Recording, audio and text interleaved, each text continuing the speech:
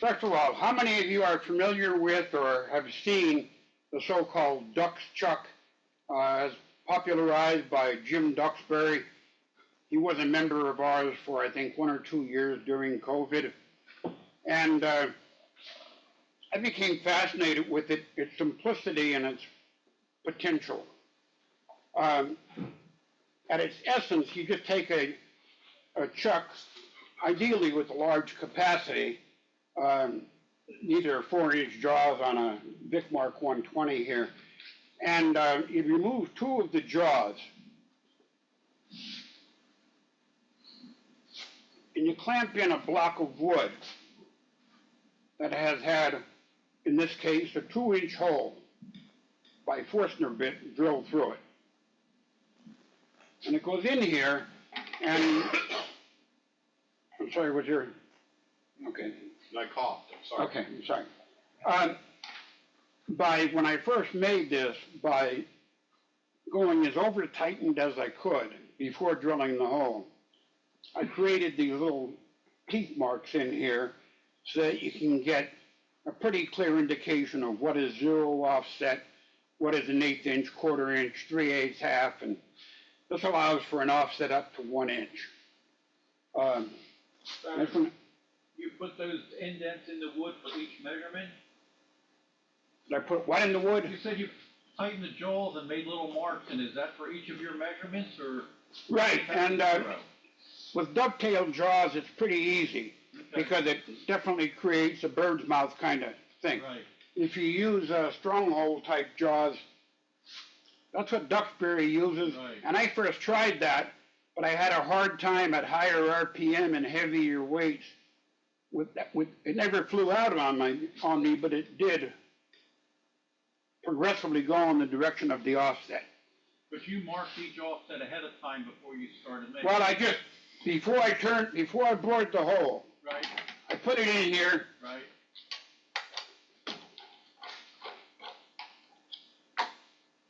Tightened it down, huge. I mean, as hard as I could without banging on it with an appliance. Right, and that's your 0 offset, right? And that created the first one. Okay. Then I drilled the hole. I'm trying to understand. Yes. Then I drilled the hole. Yes, got it. And when I had advanced it by just bringing with it in the horizontal position, bring the tool rest up against it, and then using successive drill bits, 1/4 inch, 1/8 inch, 3/4, I would just loosen this and slide it until the drill bit just fit. And that established, like, say, a 1/2 inch offset, and then cranked it on down tight to create dents. Okay, thank you. At the 1/2 inch point. Got it. Thomas. How did you get your center hole lined up with your initial marks, since they're on the outside, they're not in the center? The excessive tightening on the 0 point was done before the hole was drilled. Okay, you didn't drill And the then hole you drilled the hole on the lathe. Without moving any, oh yes. Yeah, okay. Not on the Yeah, and I found if if you try and do it with the drill press, even when you clamp it down, unless you can really lock your table, it does a little bit of this, and it winds up being like 2.003 or 2.005 or something, which seems close, but whatever you wind up with, you're going to have to turn a matching diameter on the second component that goes with this. Thank you. And by the way, I do have I took some machinist bluing and put it on the one jaw and a scribe line, and that's my alignment point. So you can kind of feel it ratcheting as you go along from notch to notch.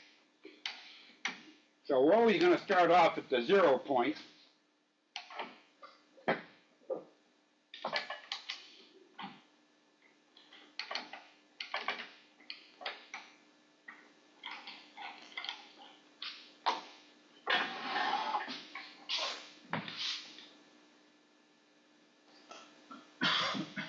The second component, and I only have 2, second component is what I'm calling the spool.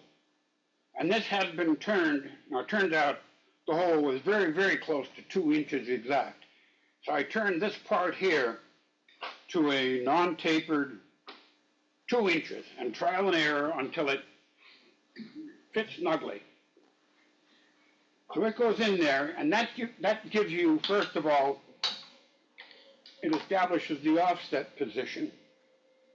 And then by drilling, this particular spool allows for 3-facet, 4-facet, or a 5-facet. Face the camera on the end, we can't see. There you go. Oh. Just put it on mine. Thank you. I have it labeled on this side. So this is the home starting position, whether you're using 3 facets, 4, or 5. And then I have them labeled here, like 2 of 5, 2 of 4, 2 of 3, 3 of 5, and so on. They've all been labeled, because if they aren't labeled, trust me, you're going to get the wrong offset, and all of a sudden you have a long facet and some small facets on what you're turning. So this would go in here, and the jaws have to be loose for it to go in. And you'd start it off at the 0 point,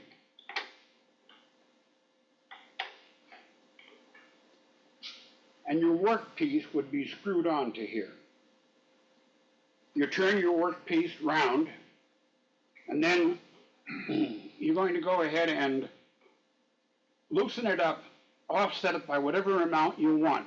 And you have to use the same offset for each of the facets. You can't turn, I guess you could, but you don't want to turn one with a 1/2 inch offset and one with an 1/8 inch offset. You want to do all 3 or 4 or 5. And I will say, when the count gets bigger than 3, it starts more and more to resemble a cylinder. And so unless you're going with the sizable, like say a box of about 6 inches in diameter, if you go with 5-side, it's kind of hard to see the difference in facets, and we can pass this around. This is what I'm going to be making tonight.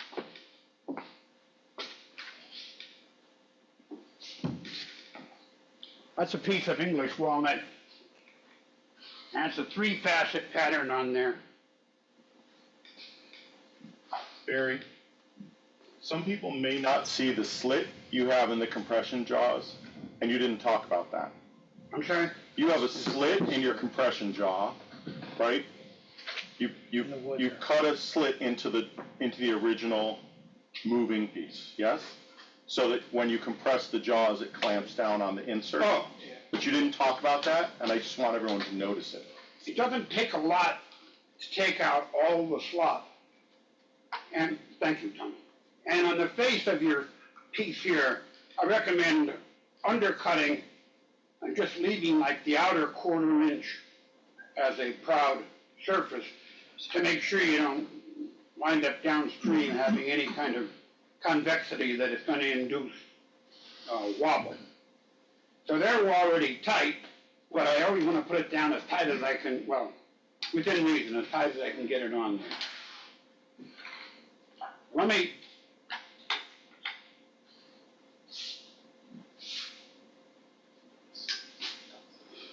part preparation. What we're going to do tonight, this is just a guy gave me some 4-foot long pieces of maple. He said they were back rejects, but I don't think bats are made from maple. Anyhow, I haven't turned this round. This is the way I received it, and it happens to be 3 inches nominal.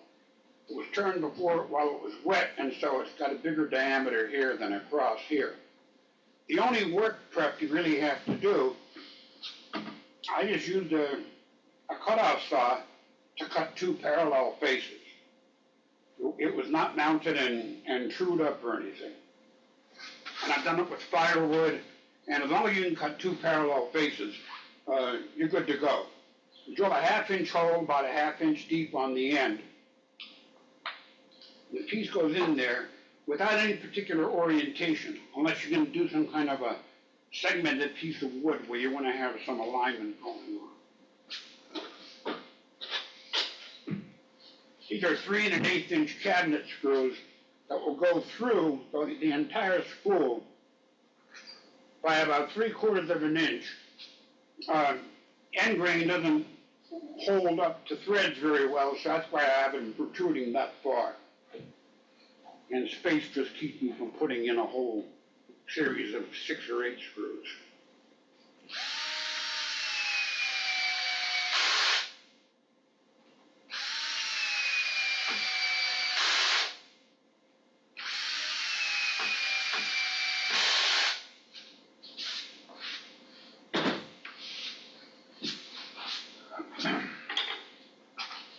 So I'm putting it in the 0 position, in 0 offset. I don't know if the camera can see them. There's a series of little white lines that line up with the bird's mouth dents. And we're in the 0 position here. So just before it's all the way snug, press in from down at the end to make sure you're seated well.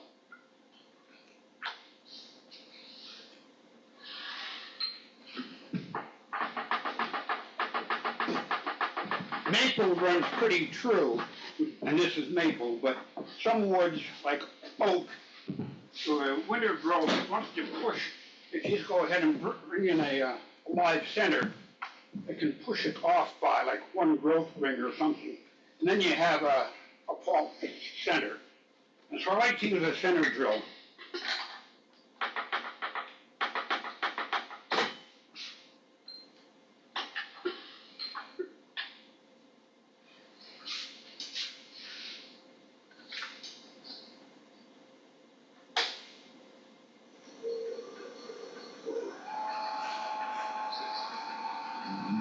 It's about 300 RPM right there.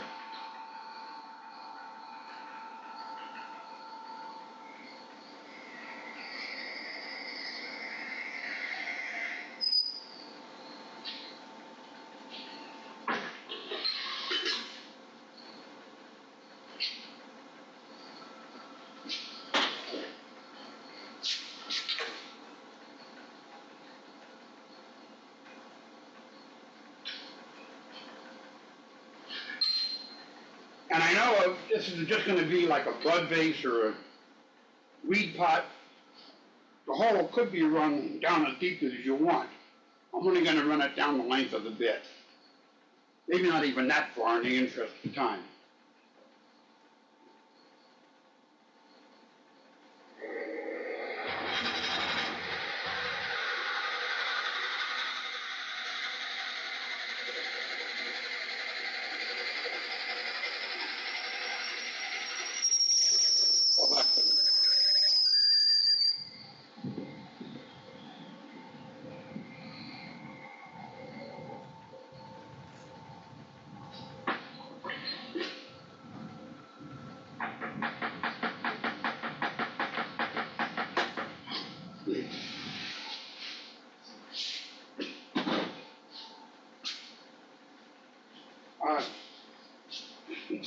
This right here, later on, the importance of this being the center in the thing, I pulled out the 1/2 inch steel and put in a 1/2 inch dowel. When we get cleaning up the opening, when I'm going to be able to not dull my tool hitting it into the center.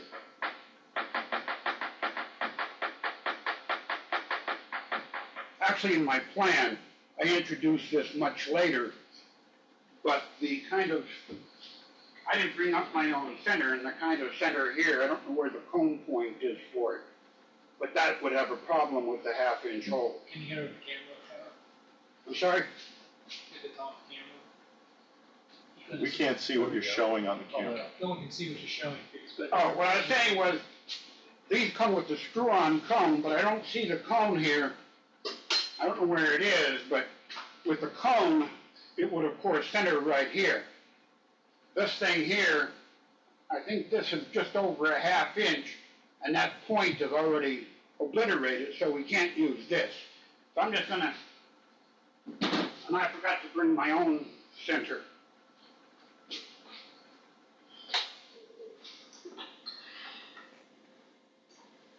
Oh, goodness. No.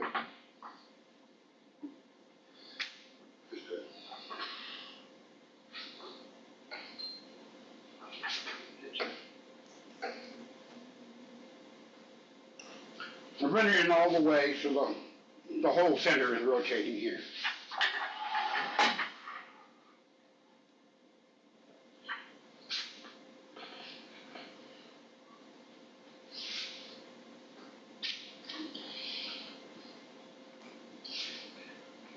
And you can kind of freestyle. I probably ought to wear. But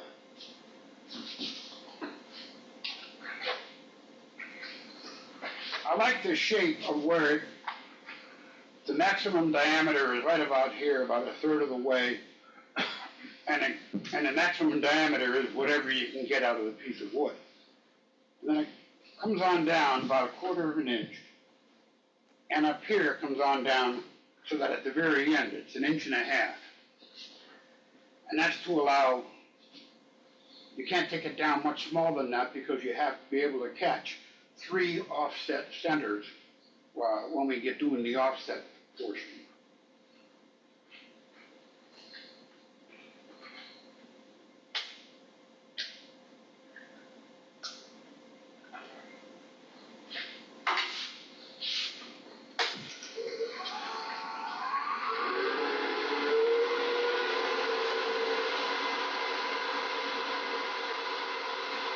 That's about 780 right there.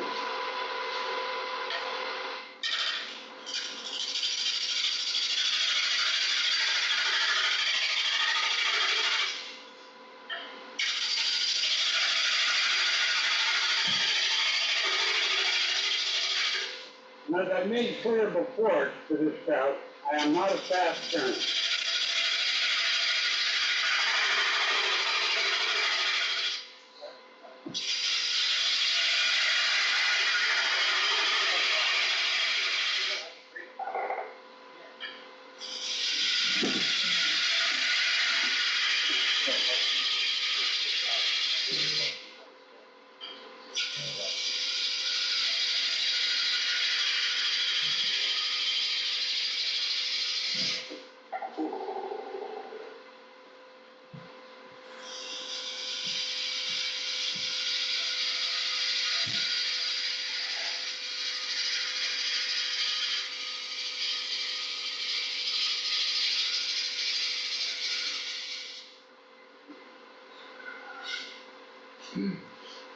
There's probably 2 7/8 or something right there.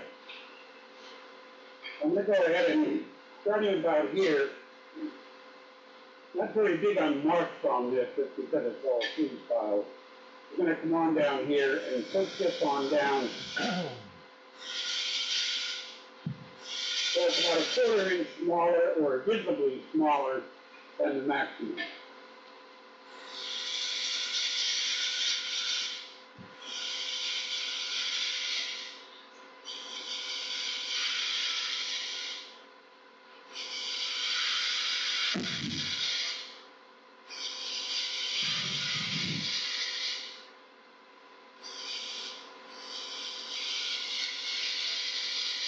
And that when we go too small, I'll wind up cutting into the spool.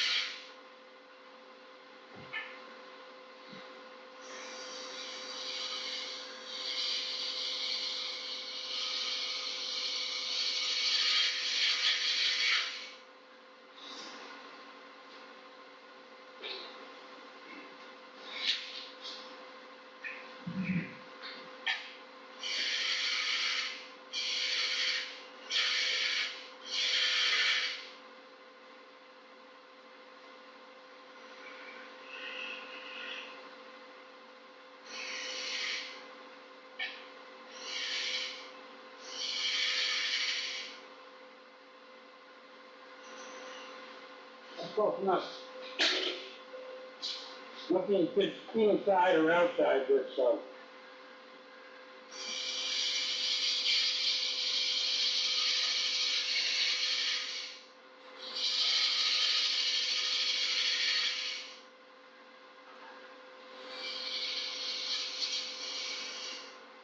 I'm trying to imagine like a French curve that goes from here to here.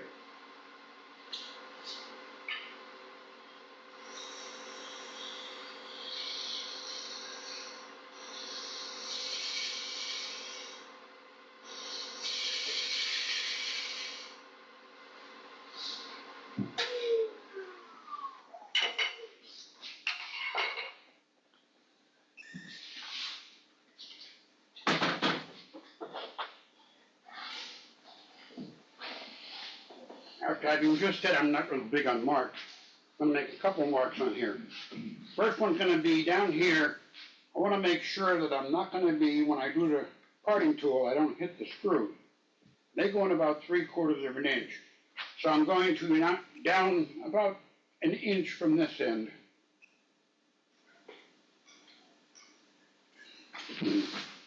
That'll be where the piece actually ends when it's all done. And I can't get too close to this head because when you're off center and you bring your live center in, you don't want to have vacancy behind it. We're going to be cutting the hollow you see on that. You don't want to have that right behind it because it'll just break the grain off. So you have to leave a little bit. I'm going to say, well, we have to leave about 1/4 of an inch so that when we do clean it up, you're not getting the pierce marks from the 3 positions. And then about another 1/4 of an inch just to start the curve. I'm going to come down here about 1/2 an inch. And we're going to fit the hollowed in region in there, or try to.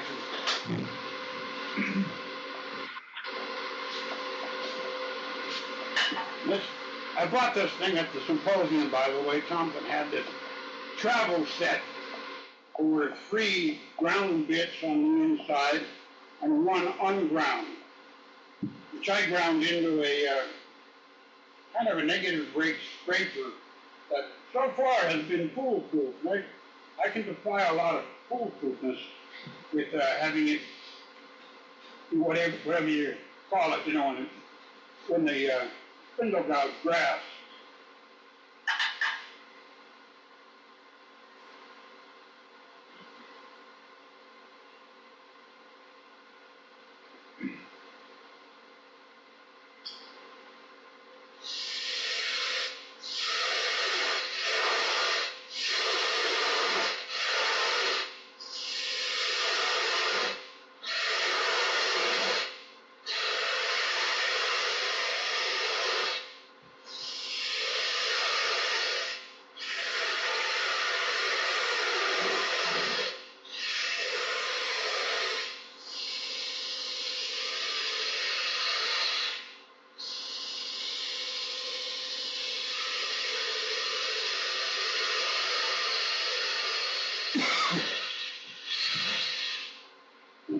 And you have to get it down to some depth because when you get putting these facets on here, it will eat about 1/4 of an inch of the local surface. And so the run out here will be kind of scalloped.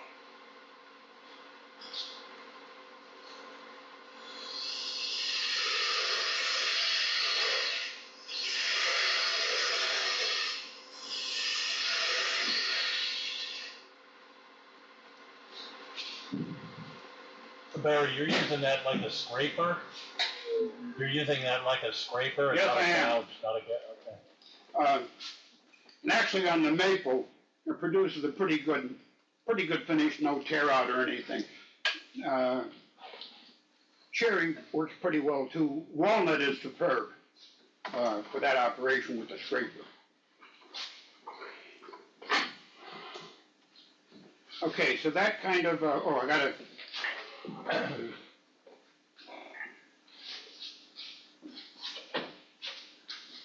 want to be able to know when I'm cutting the facets where I don't have to worry about it, because I'm going to be running my gouge down into here to get wood that doesn't have to be cleaned off. So I'm going to mark this bottom here by going in about maybe a ½ inch deep with the parting tool.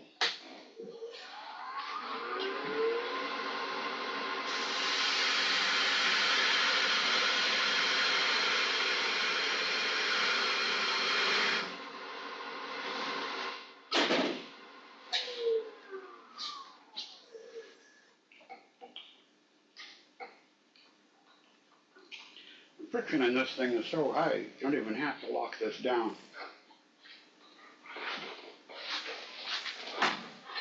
Look. Actually, I don't need to do this. Okay, so now we're going to do the offsets. And for those of you who are wondering why I have this on here, this is a counterbalance for a balancing wheel. I got some screws and washers I'm going to slip on there. When we offset this thing, it's about 2 pounds of wood, and it's about a ½ inch off center. And so on my lathe is a jet, which is probably about 100 pounds lighter than this, but it at about 450 or so RPM, it starts to hop, and it will, without too much advanced notice, go into a harmonic thing and really start to hop. So we want to balance it. I know how much balance to add because I made one just like this at home yesterday, and so I know how much it takes.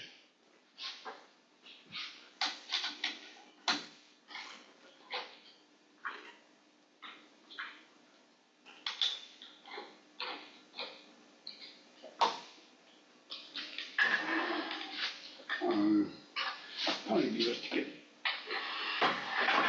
this all out of the way for the camera. What I'm going to be doing is I want to mark 3 lines 120 degrees apart. That will set up where my sharp corners, if you will be when I turn it. And I made this little thing. This block is 4 inches wide, pretty much exactly. And so the center of it is 2 inches. Well, this the center of my Sharpie, which is intentionally dull. I want to make a heavy line so it stands out when I'm looking at ghost image.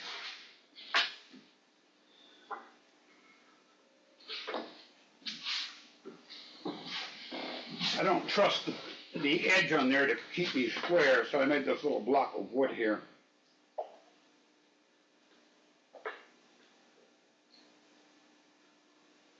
Kind of awkward to do here, but holding it up tight,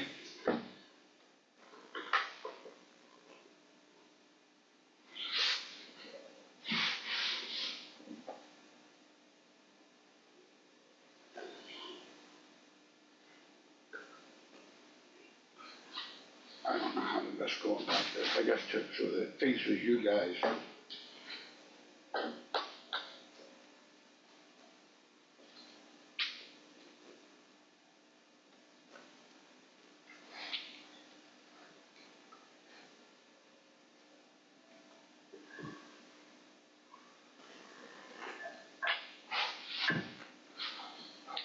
Okay, that was with it in the origin position.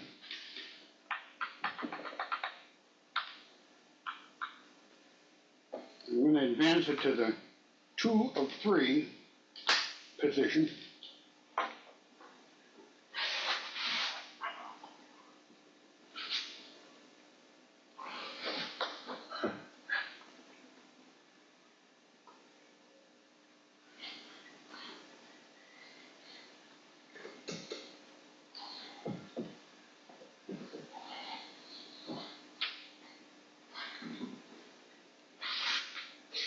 At home, I sand it lightly and Can you show Tom? wipe on a coat of shellac sealer. Can you show it to Tom so he can see the counter positions that you're... Alternatively to that jig, Sorry? alternative to the jig with the pen, could you have just used the tool rest on center of the piece? You can, but just the fact that it's got a curve and you wind up, when I've done it. Yeah. My line kind of wanders a little Okay. crescent-like. Thank you. So, yeah. Okay, so there's 2 of the 3 positions.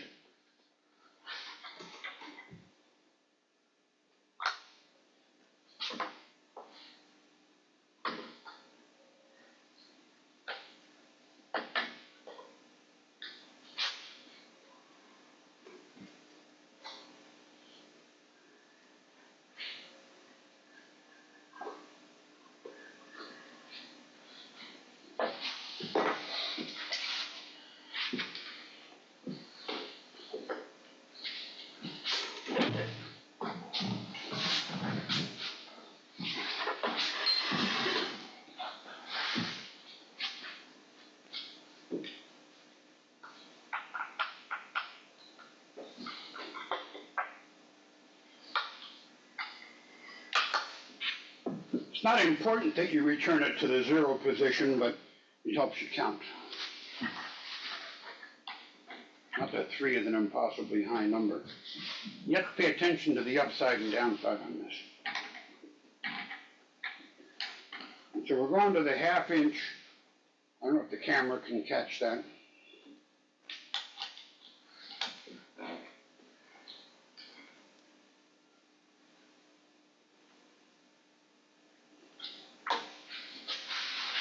And then this center is fine for this.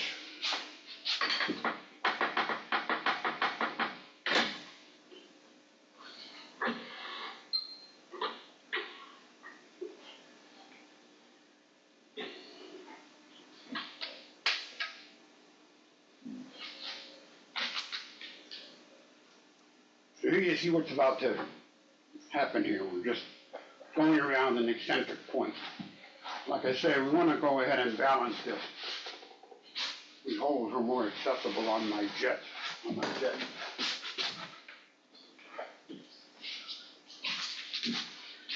We can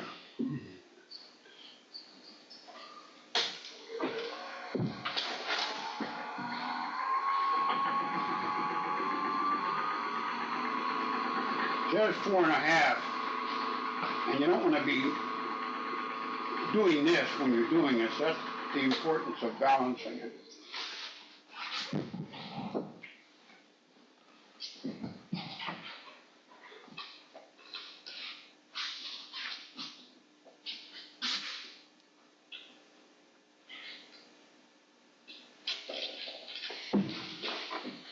These nuts have nylon inserts, so they don't come loose. They don't need lock washers or anything. These are just fender washers. I think I'm going to be putting on 11 of them.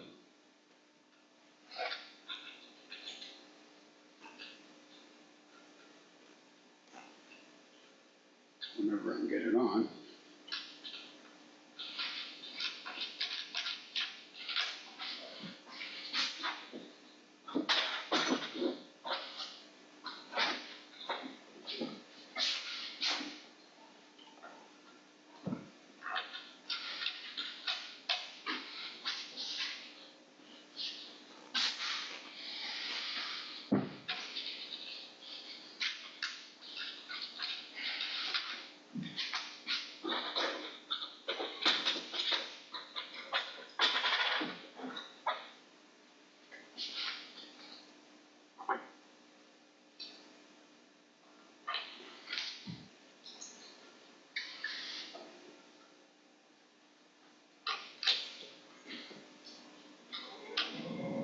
Part of my shaking here is nervousness, but a bigger part of it, I have what is called essential tremor that a number of older people get.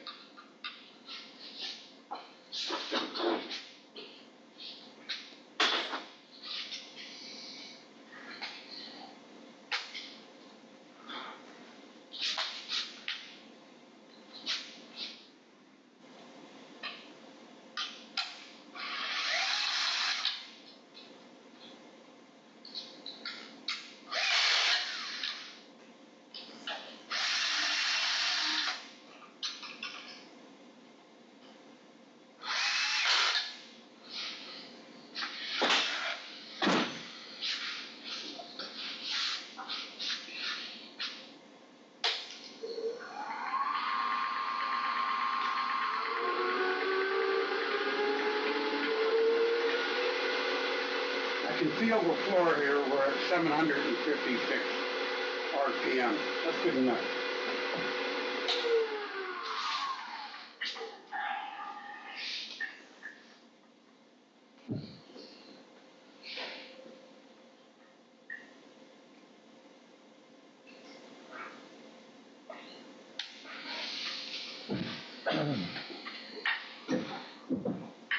When you're upside down and horizontal is when the part is the closest to your tool rest. So you can secure it there without having it interfere. The other thing I want to do is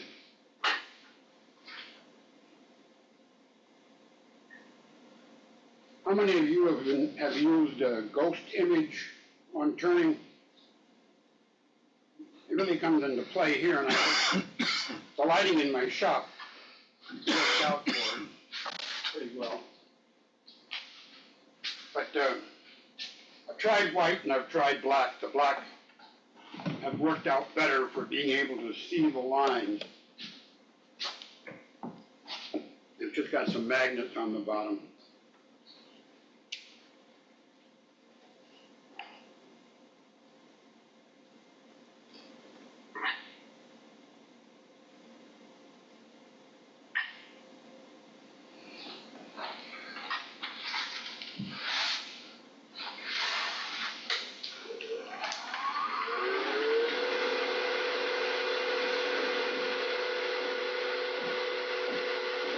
Having a really hard time. You have to stare for a while to acquire the line. What you can see is three images. One is basically where it's solid wood all the time. The surface most image is where the high points are. And then there's a black line that you can just make out. You'll see if I'm plugging this up.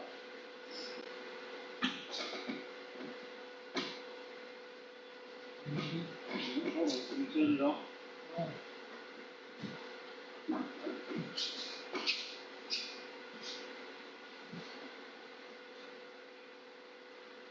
It does help a little, but I'm not sure how it's going to do with the camera.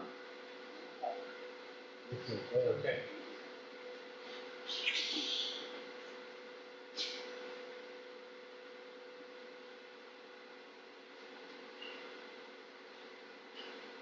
So you're looking at the horizon, if you will, and you can see the wood, and after you stare for a while,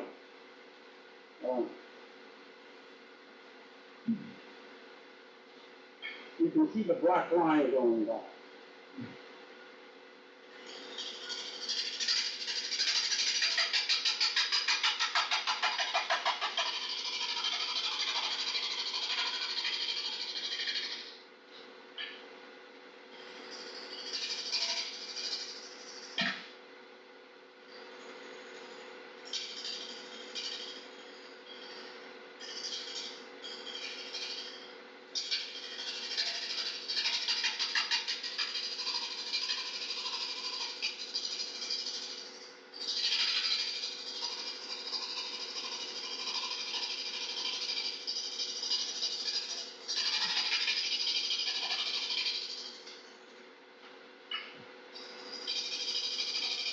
And I have tried putting a good lamp on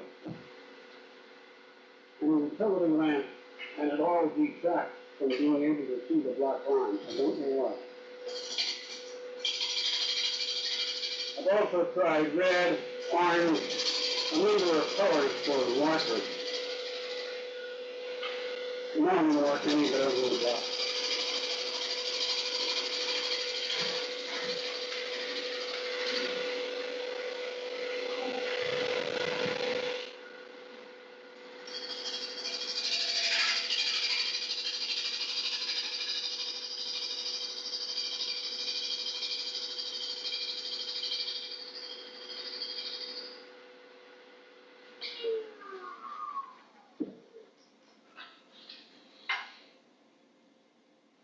You can see the here I've gone just a little bit deep.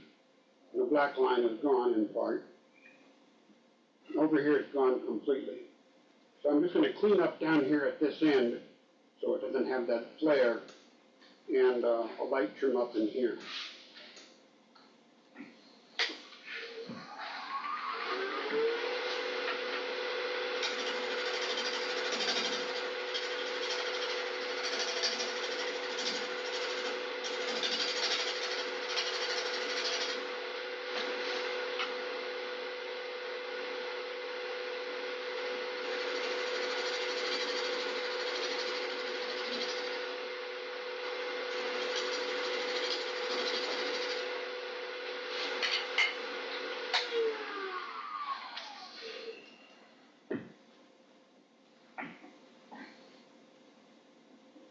Close enough.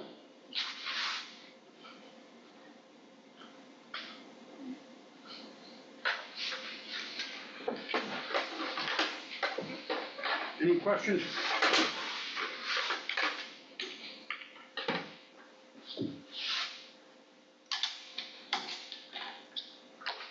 Just loosening it. Yes, Barry. And so the point of the lines is just to try and keep everything even as you turn to the line. So you don't have one Correct. side being out of whack to another side. Yeah, that's very easily done. Also getting too deep at some place. I've tried different things. I've actually tried making a series of lines all the way around it, like say every inch with a heavy marker, and then you can calculate, or it helps with the computer software on your, engineering software on your computer. But you set a pair of dividers that would exactly go from here to here, and you turn, and you kind of see an erosion of the quantity of black. But only through a lot of experience, more than I have, do you know just how much to erode it. And so I stumbled upon this, using these three lines. Stumble is the operative word. Okay, so now I'm going to advance it from the 0 position.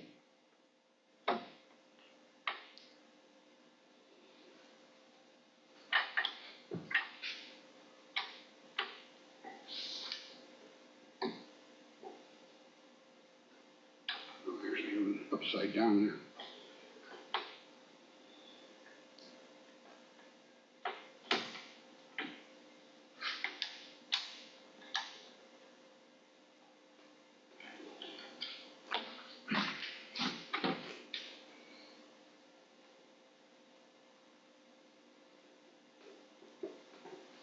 I just realized, I think I referenced it upside down. I have to continue with it upside down. Because otherwise, I would have two settings that were only 60 degrees apart, not 120.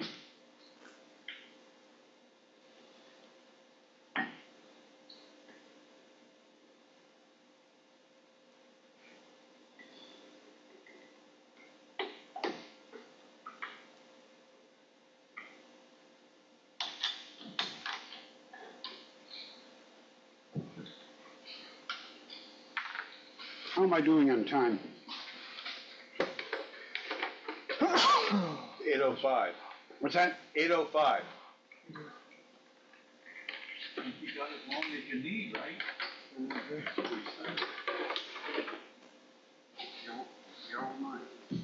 Well, I hate to say it, but I screwed it up with the first one I turned. The camera can see right here, there's the first center hole is right there. So I had it out by like 180 degrees. And so the second one will not go in 120 from that one. It'll only be 60 degrees from that one, which will not work. Can you turn your Dux Chuck upside down? What's that? Can you turn the Dux Chuck upside down to get it on track? Well, it winds up being there. The thing is, it has to be on an alignment pin. And I'm trying to think how I got it wrong in the first place. Put the wood in the chuck 180 degrees, it'll work for you. Maybe I didn't have it on number 1. I don't recall now. Did I have it on the origin point? If I had it on like number 4 of 5 or 4 of 4 or something, I will not get it back. It'll be an eccentric multi-axis turn. What's that? It'll be an eccentric Yeah. multi-axis turn. Let me just go ahead and follow through with it. Nothing wrong with that. This is after all art. What's that? This is after all art. Yeah. But it should be 3 sides the same. It'll be one of a kind. Design opportunity. The night is young.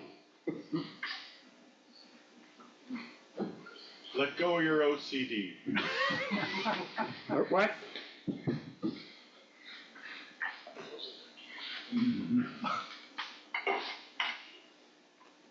Let's see what this looks like.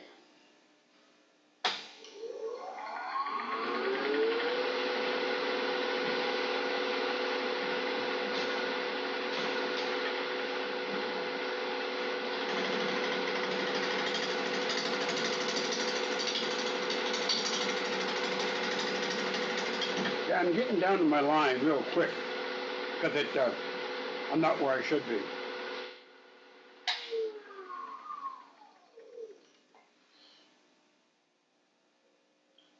Actually, I'm not seeing the line that I want to see. I'm seeing the line some number of degrees out.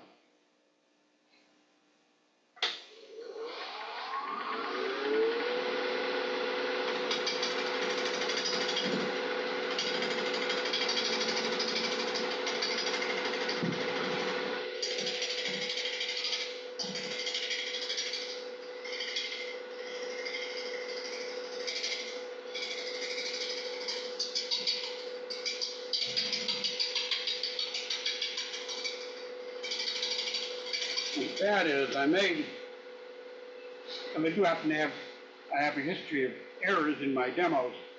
I made notes for myself here, but I didn't capture on the note. Make sure it's right side up.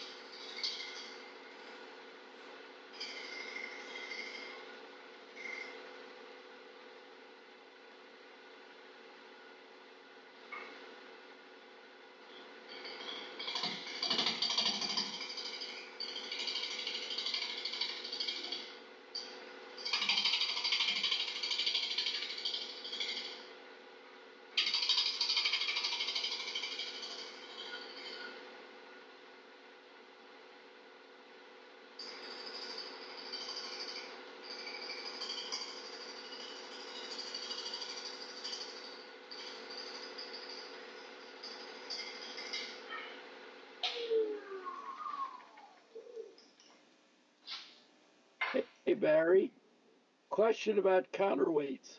Don't you need to move the counterweights when you change the center? No, your direction of offset remains the same. In theory, I should be able to take off 1 or 2 washers for each, like for the second cut and a couple more for the third cut, because my amount of mass is going down with each facet. But since the offset is in the same direction, this is more like it's a matter of that there is something there. If I were to put it on I have a jig for determining, it's very freewheeling. It has space on one of these centers, by the way. And that's when I can get it to within one washer weight of being neutrally balanced. Right now, it's a little bit lighter than it needs to be, or a little bit heavier than it needs to be on the balancing. But anyhow, you see that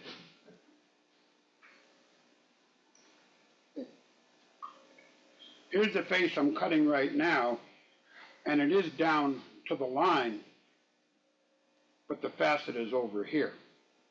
So it will be one of a kind. You end up with a 3.5 facet. I'm sorry?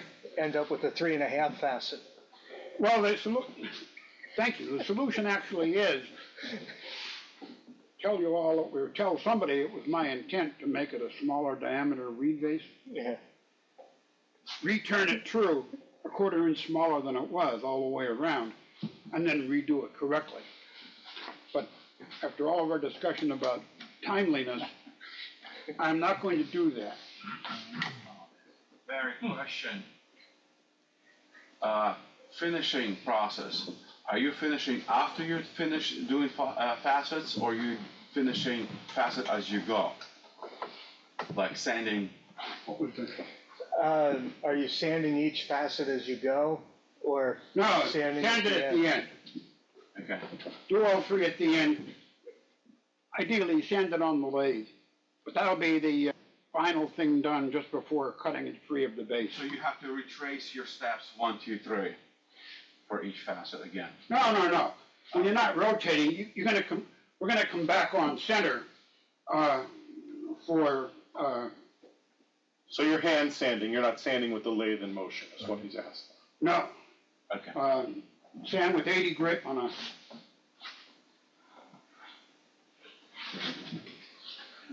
Got like on the an block. exercise mat for cushioning, and you just sand it until the tool marks are out. Okay. I would normally say sand it down until you're eradicating the black line, but that would be a long time away.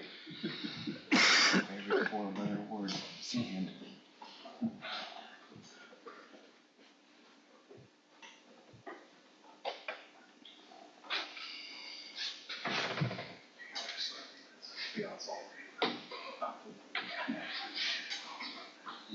There's one that hasn't been used.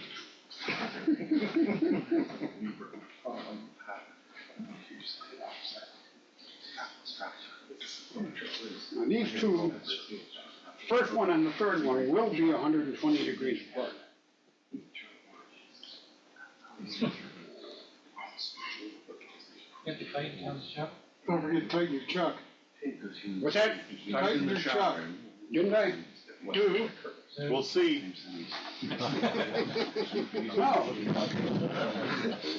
Just put the face shield on, put the face shield on. Well, Wear a flak jacket if you got it makes one. it harder to see the black line, but yeah, you're right. Good padding. Good padding. This is kind of almost go cross-eyed to zero in on that field right there, not back here and not up here. And I've tried using magnifying bifocal things, and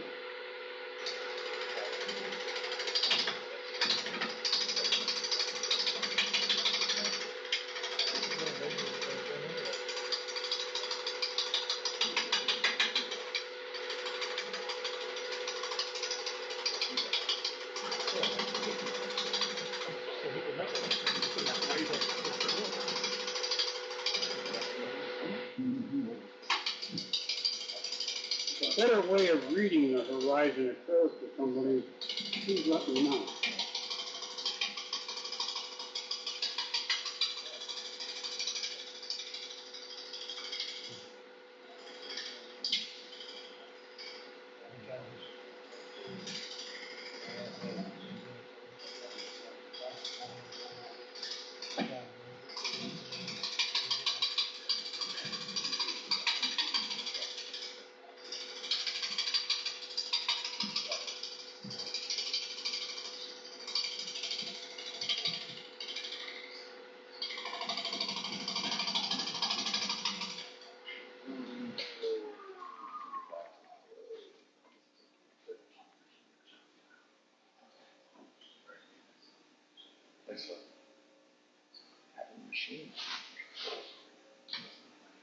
Well, I don't believe the camera can pick it up. I'll go ahead and draw.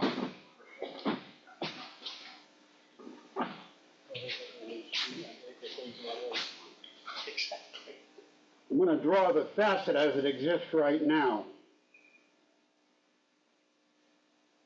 Not the facet, the ridge. You got that? Yeah. So if I didn't have horizon marks or anything, I would know the line there. Yep. The line should be straight. You know, if you're looking down here, it should be a straight line. You can pull it into straightness by taking a bit more off right in here, because that's just too much to sand.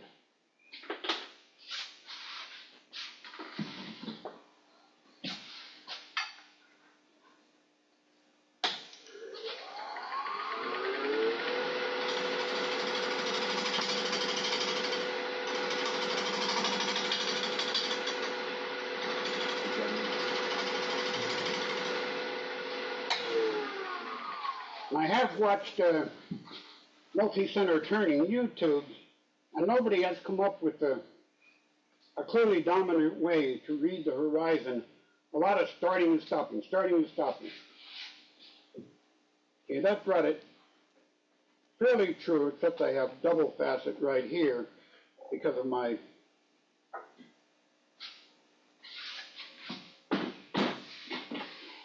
Barry, yes. couldn't you just advance it a third again and return that first side to bring the two lines together? If time is not the issue, I would go ahead and return it round. But rather than return it round, couldn't you just advance it the 120 degrees now and return the initial facet so that you meet up the two lines, just cut it deeper, so it wouldn't be perfect thirds, but it would still be three-sided? Wouldn't that work as a solution to the I challenge? guess what I have to do is, down at the end down here, Yeah, you got your I don't know if the reference. camera can see the holes from the center. Yep. Two of them are only about that far apart, and then one is way down opposite. I can try and see. I don't think the answer is going to one of three settings. I think I had it wrong. I didn't have it in the right hole, and so I can eyeball which hole will give me the best alignment on three. Yes, but you may create an additional facet if you're not on the original one. So now you'll have a five-faceted, three-sided object, which is pretty cool Right. when you think about it. You get high enough in the facet count, and you wind up with round. We want to go just somewhere south of round. How many years has your bourbon aged to come up with this wild math? What's that? How much what? I was wondering how old your bourbon was that you came up with this wild math. 3 5s and 5 3s and. Well, actually, if any of you all decide to make something at all like this, do not drill the whole pattern of holes. I drill all those holes before I realize if I turn something with 5 sides, the facets are the faces are very small, and it does look circular unless you get up to like 5 inches in diameter. But by then I had the holes in there. But I would say just drill 3 holes. Then you can't go wrong. So you make a different insert for each pattern. Right. Instead of making a single insert for all patterns. Or don't make any inserts and just spin it. Well, the Dux Barry Chuck does not have any indexing at all. And but he really uses his for making like the tops of boxes where he's basically putting a trace pattern on the face of a dome, like a badge or a box top or something. And so there is no tailstock involved. And I didn't realize that when I made one of his, and I turned at the end of turning the first third, it had advanced by about 15 degrees. It's not as bad as the mess I made here, but it had advanced about 15 degrees, and so you really have to have a pin that absolutely, it doesn't have to be snug, because it's only going to go, I mean, it can be a 3/8 hole with a 1/4-inch pin, and once it takes up that slack, it's not going to keep on going, as long as you have a positive stop.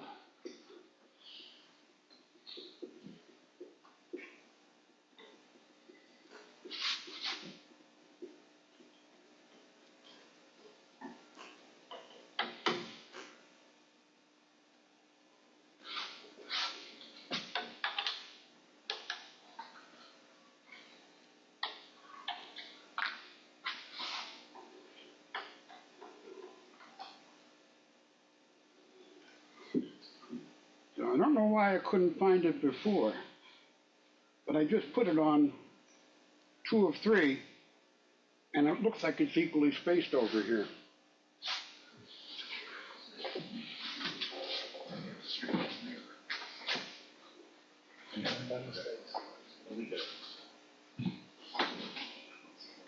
But I have no more black lines, but I can just kind of horizon it.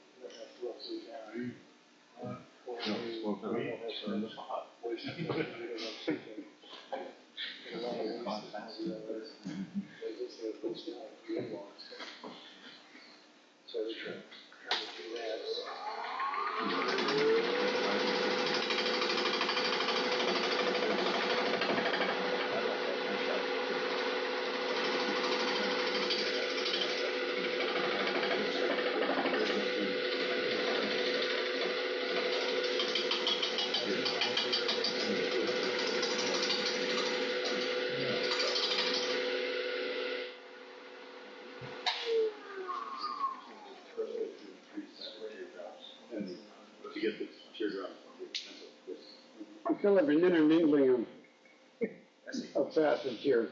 I'm just going to, in order to move on to the end, I'm going to give up on the facets and finish up on the rest of it. That will involve taking the weights off and going back to 0 on your offset. Barry.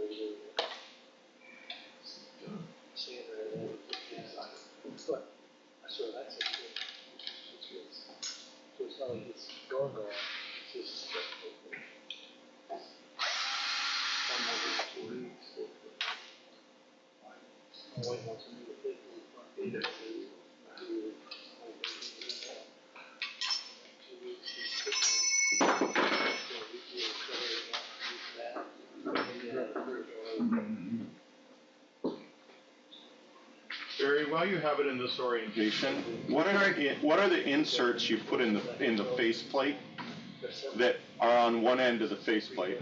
Is that to keep the plate from splitting? Sorry, dude. You have inserts in the piece of walnut. Is that walnut? Piece of walnut?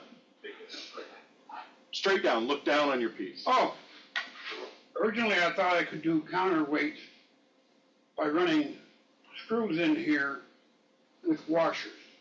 But because the moment arm is so close in, it took a lot of washers, and it also took hitting my knuckles on the washers the one time to realize I had to get it over here behind this thing.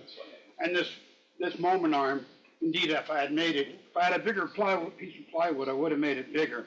This was the diameter or the size of the piece of plywood I could use.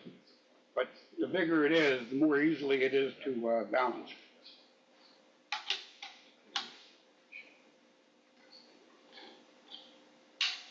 We plug the light back in. I can't see the offset.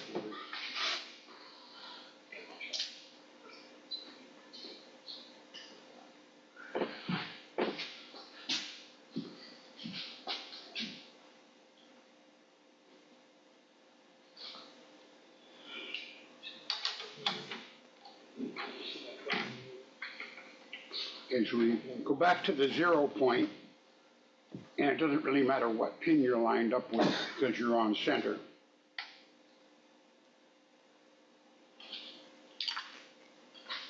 That means going back to the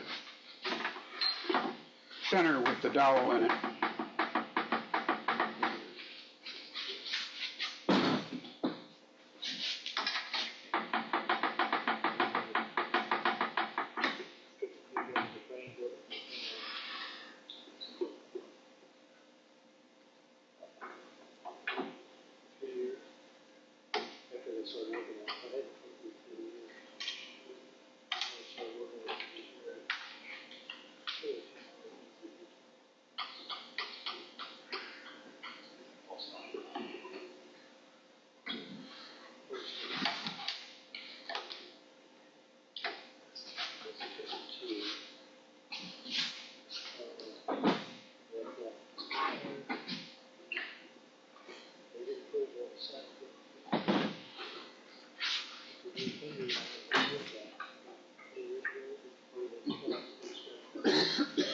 I'm going to try and, everything is dry at this point. I'm going to try and clean up this end over here. The first thing is to cut away about a 1/4 inch to get down below where the now 4 center holes are.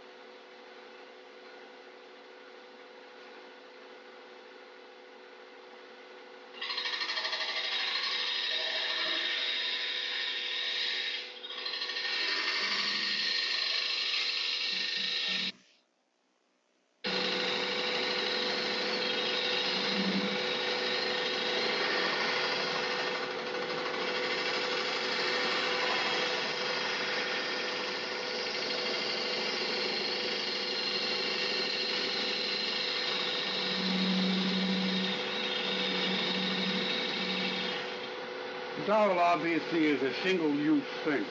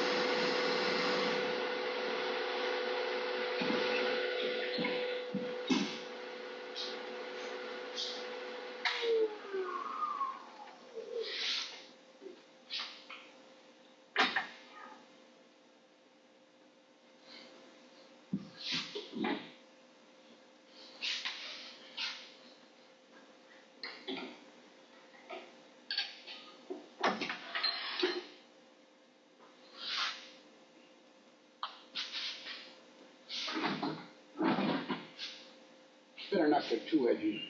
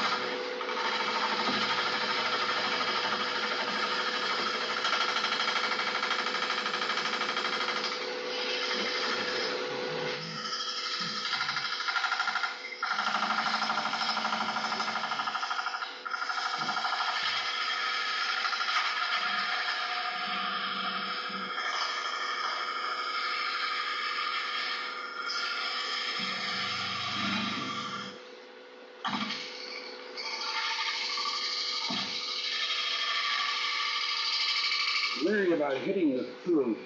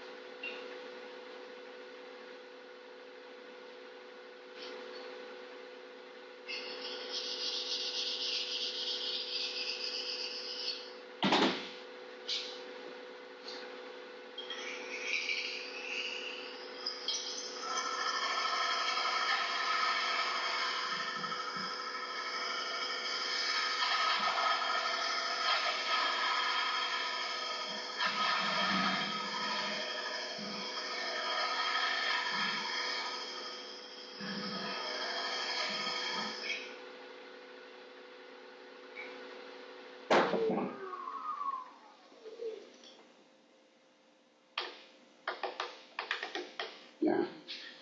I thought I could break it free. You didn't eat your Wheaties.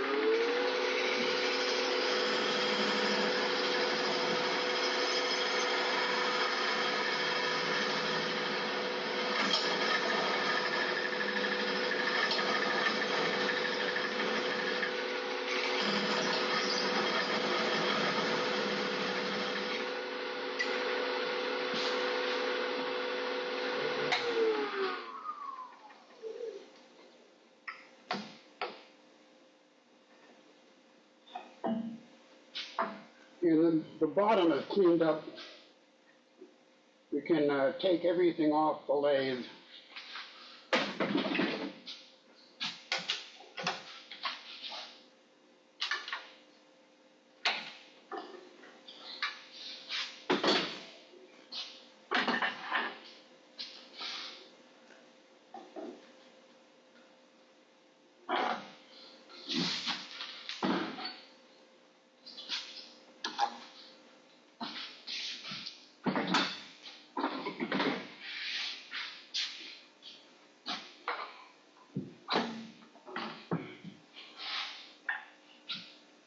Had I drilled the hole at the full depth,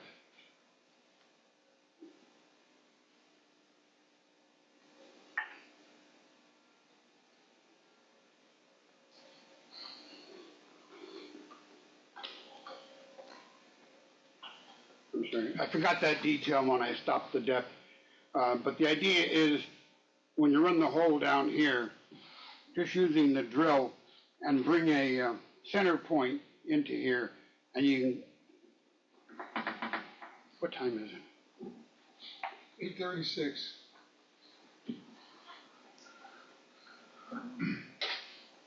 So I've been about an hour 15 right now.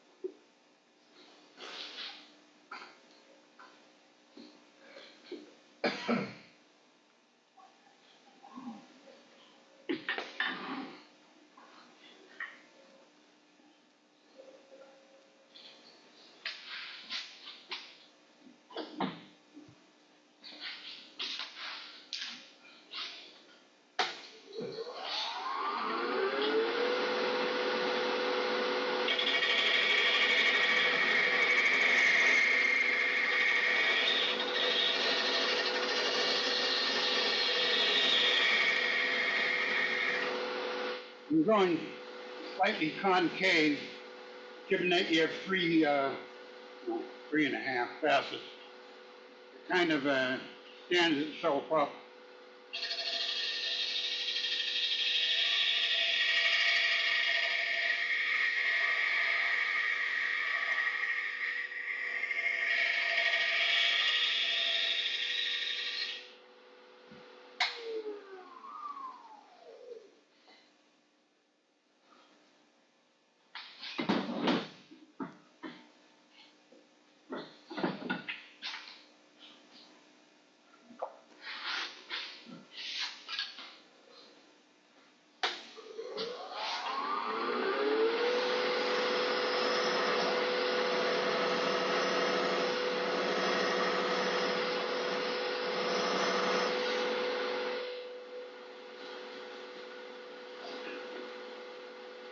I don't know why this is getting dull so fast.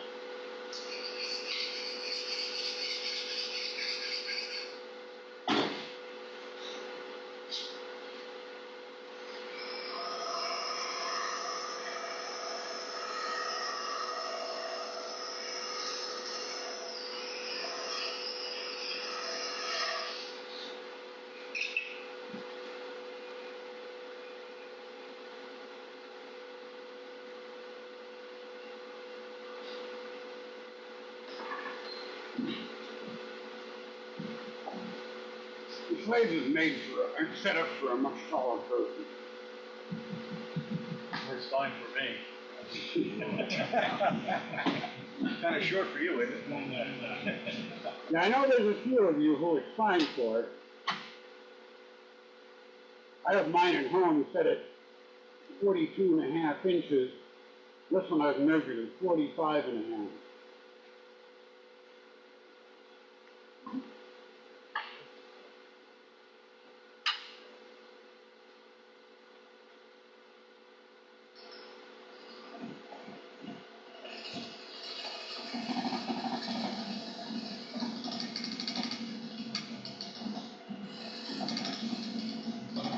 I guess it's kind of doing, I didn't bring any sanding bits.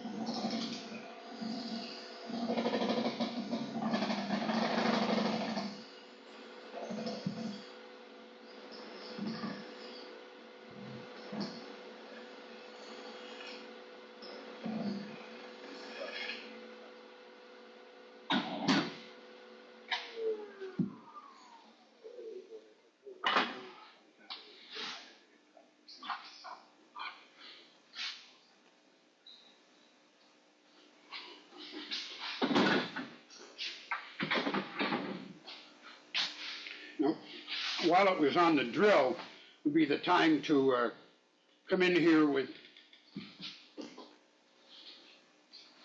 this is 80 grit paper on here, and you kind of sight right along the line. And your goal is to establish straight line edges on the facets. On the, there's clearly four facets on here, but there shouldn't be. So anyhow, that's the demo. Thank you for your kindness.